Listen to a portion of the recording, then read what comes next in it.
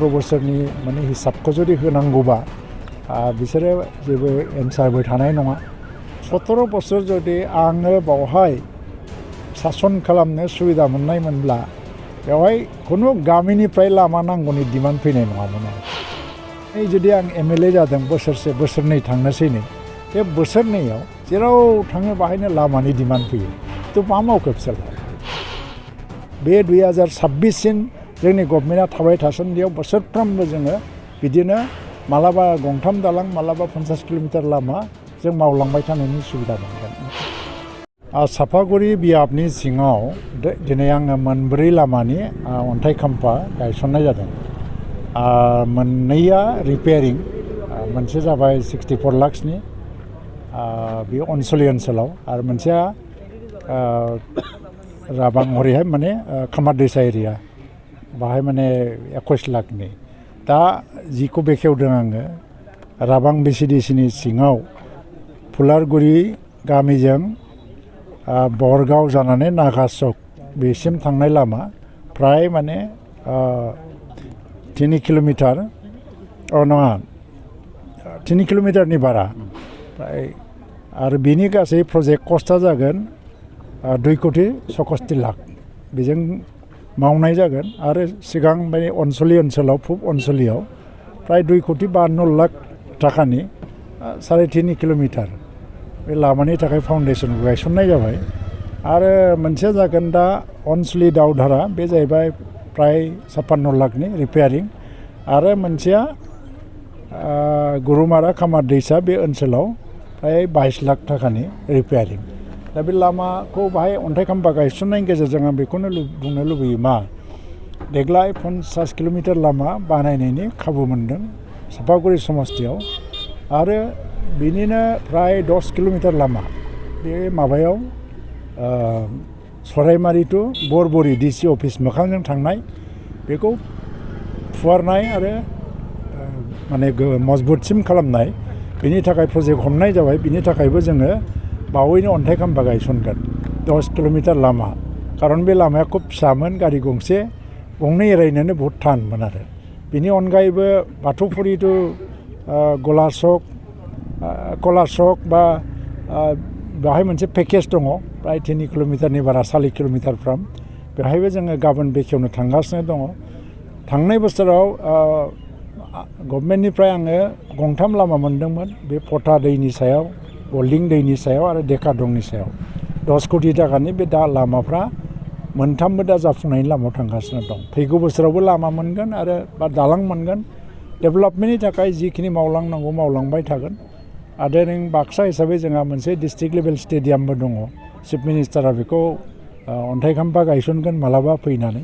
50 कोटि थाखानि 11टा model आंगनबादि centre 25 lakh थाखानि बे कमप्लिट जाजोब्बाय दाखालि बेखेवजोबनाय जाबाय आरोखि एबाराव आंनि समाव आं दा जिखिनि स्किम हमदों दा थांनाय बोसोरनि 10 कोटि थाखानि ब्रिज बेबो हाबदान जानानै थानाय नङा खुनु खारनाव हाबदान जानो होआ आरो बे दा 50 किल'मिटार लामा बेखौबो सोरबा हाबदान खालामोबा बिनि सायाव गोख्रों एक्सन लानाय जागोन जोंहा पाब्लिक रिप्रेजेन्टेटिभ दङ आरो पाब्लिक दङ नोंथांमोनाबो जेब्लाबो एलार्ट था नाथाय मोनसे खोथाया मालाबा जों बे माबाफोर लामा फैयोबा प्रजेक्ट फैयोबा कन्ट्राक्टरफोरनि सायाव माने प्रेसाराबो बहुत बारा जायो लकेलि सोरबा सान्दा बिनाय सोरबा माबा बिनाय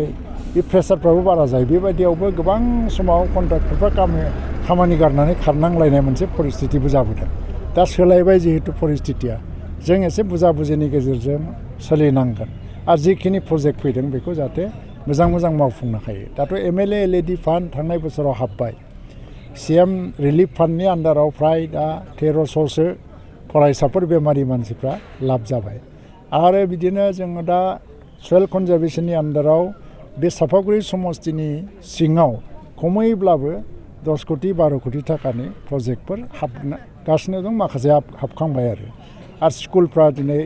हायार सेकेन्डारि आपग्रेडेसन जादों बिल्डिं रिपेयारिंनि नामाव फैसा फैदों मेजर माइनर आरो हस्पिटालफोरनि पिएचसि सिएचसि आपग्रेडेसननि थाखाय प्रसेसफ्रा जागासिनो दं जालायाव गोदान बिल्डिंनि थाखाय अलरेडि सेंसन जाबाय जों बेखौबो अन्थाइ खाम्फा गायसन थांगासिनो दङ बाक्सा सापागुरि समस्तिखौ डेभेलप खालामनो थाखाय जिखिनि राहा लामा लानांगौ आंनि बिथिंनिफ्राय आं बेखौ गोख्रोङै लाबाय थादों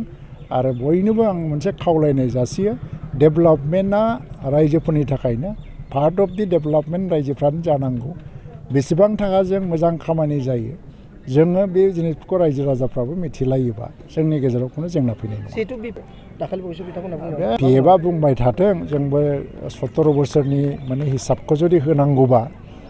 बिसोरो जेबो एन्सारबो थानाय नङा राजनैतिक दलखौ लाखिनांगौबा बिदि अभियोगआ थायो खिन्थु 17 बोसोर जुदि आङो बावहाय सासन खालामनो सुबिदा मोननायमोनब्ला बेवहाय खुनु गामिनिफ्राय लामा नांगौनि डिमान्ड फैनाय नङामोन आरो आं बेखौ खालामनो हायोमोन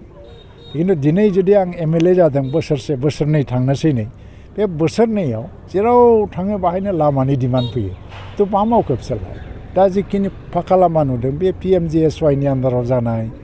बा सोरबा आसाम मालाया बानायदों स्टेट हाइवे बानायदों बे मेन लामाफोर बाहाय BTCआ बाराद्राय जगदानबो गैया खिन्थु दिनै गामि सिंनि लामाफ्रा दिनै मानो गोदानै मावबावनांगौ जादों 17 बोसोराव आं जुदि 17 बोसोर बे जायगाखौ नायनो सुबिदा मोननायमोनबा हयथ' फिसा फिसौ लामानि डिमान्डफ्रा फैनायानो नंलामोन आं बेखौ फोजोबनो सानदों 5 बोसोराव हाजोबनाय नङा हयथ'बा